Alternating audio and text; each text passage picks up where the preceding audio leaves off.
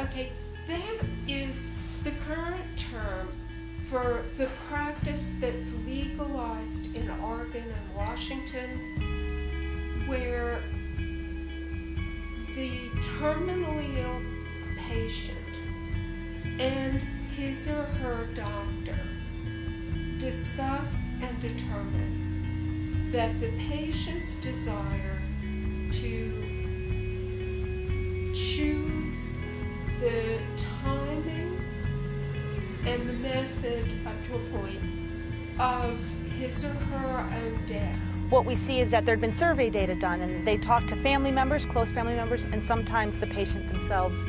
And overwhelmingly, the patients selected as a reason that they were feared becoming a burden. And from our point of view, this doesn't become a choice anymore. These are people and they have fears, and the fear is that they're going to become a burden, and it's not an active choice. And the idea that they're in current pain, not even one person selected that. Sure, there was fear of future pain, and there was other things, but not one person in this survey data selected being in current pain as a reason for choosing, so-called choosing assisted suicide. Assisted suicide is the process of a physician and or other individuals working with a person to take usually medications to assist them in dying when they would not naturally die of natural causes for some extended additional period of time. Oregon is the role model for this landmark law. We have drafted the blueprint for others to follow. We get too accustomed to the idea that it's okay to end your life if there's a terminal or a painful condition, that suddenly people start to decide for you when you're in a painful condition or when it's time to end your life. That misery is the #1 reason, and misery is not necessarily recorded as pain, is it? Exactly. Misery is how you feel about everything, and there's a difference between being depressed and being appropriately sad that your life is going to end. Other thing I'd like to point out is there's actually 4 states where assisted suicide is legal, not 2. 2 legislatively and 2 judicially.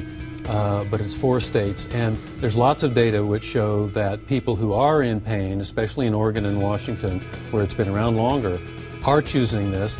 And as far as being a burden and all that other sort of thing, that is a form of pain, what my mother called psychic pain. I think the moral question is really complicated. I think people would come down a whole bunch of different places on that. I think there are times where allowing someone to end their life with dignity and to avoid pain and or meaningless time is a compassionate and morally right thing to do. I think we're okay with letting people opt out of the feeding tube. We're okay with letting people opt out of some other life-sustaining things.